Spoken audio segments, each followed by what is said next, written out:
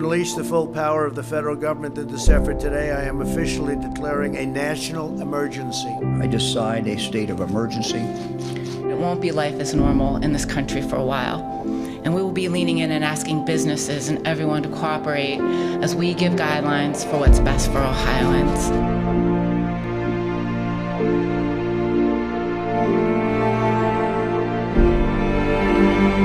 All bars in the state and all restaurants will close at 9 o'clock tonight. How long this order will be in effect, we don't frankly know.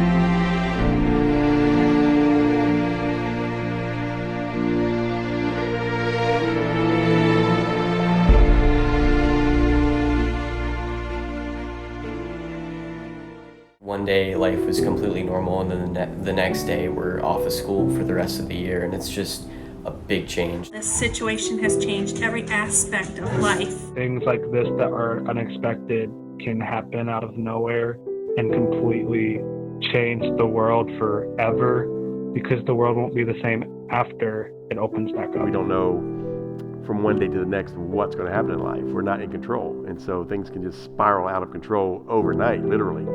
And so we can't put our faith in things in this world. Get your mind off everything else in this world, the COVID and everything else going on. It's difficult preaching in an empty auditorium. My name is Greg McDaniel. I'm the senior preaching pastor at Grace Covenant Church. We're not going to meet as a church because we love people enough not to spread the virus. Thankfully, we have technologies that we can broadcast, live stream, and upload to YouTube and things. And so that's taken a lot of time for me to get used to just looking into a camera and looking at an empty auditorium. My name's Ann Mock. I was hospitalized at the very beginning of this, and there was nothing that was normal. The hospital had stopped all the elective procedures and surgeries, so it was really, really quiet. Couldn't have any visitors. It was absolutely horrible to be in the hospital and not be able to see your family or loved ones, especially during the uncertainty of the situation that's going on right now. Hi, I'm Cameron. I'm a junior. So COVID-19 has affected my life, especially with school. It makes school a lot harder, but at the same time, it's kind of good because I can work on things like when I want to, and I can have a little bit more freedom in like time management and stuff like that, which that's also negative too with procrastination. That's a big issue I've been having, is just waiting till like the end of the week to start my work. Hi, my name's Meredith Stein. I'm a junior. I actually work at Dewey's, and a lot of the reason that I'm not working is because we have adults that work there. They've been giving a lot more shifts to them just because that they have bills that they need to pay, families they need to support. It's kind of affected our family personally because my dad does have a lot of underlying issues. He's diabetic and has a lung issue. COVID is especially dangerous for him. We've been having to be really careful because if he gets it, then it's definitely a hospital trip. As a senior, how has this affected you? It's affected me in more ways than I thought it would. We may not get prom, we might not get graduate, we might not have commencement, we might have our diplomas mailed to us. I am super involved with the music department at Oak Hills.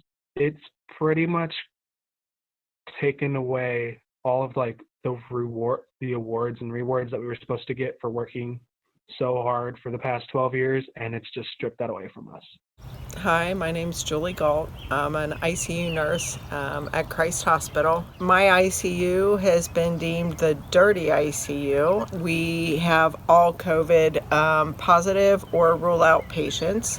We are in full isolation gear, Capra helmets, and every patient we are taking care of is either COVID positive or having symptoms and being ruled out. They are all intubated and on ventilators. It's inevitable that things like this will happen. It's how we handle them and deal with them, and how proactive we are when we realize it's happening. There's always going to be viruses around. There's always going to be something new. I'm not sure how long it will last. I know the CDC, if they had their way, they would want us to do this for another 18 months.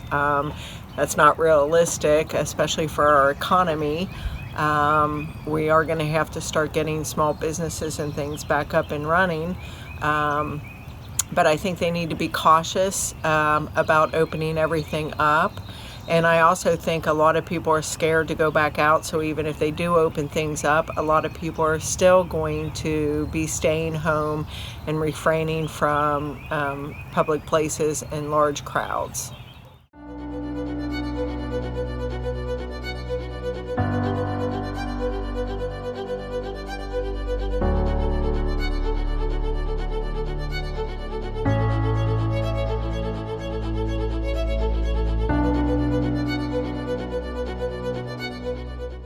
Doing whatever I can to help with all this. I've been making masks out of the fabric I have at home to donate to first responders, to hospitals, anywhere they need them. So if this happened 2 years ago, I wouldn't see my dad. My dad would be at extremely high risk.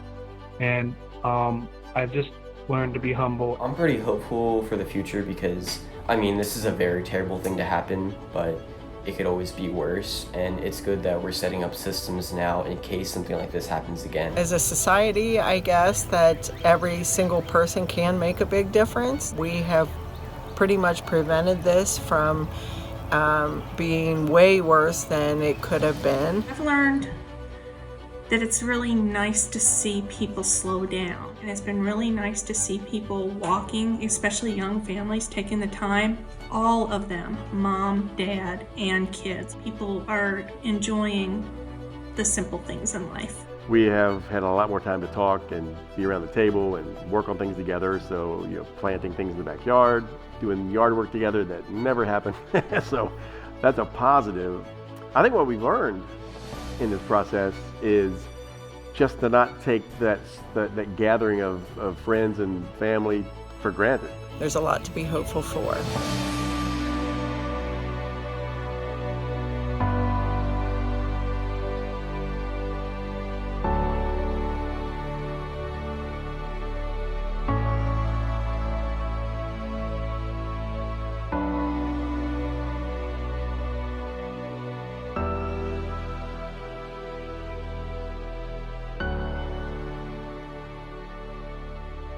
I see a vision of a future that is brighter than we have known.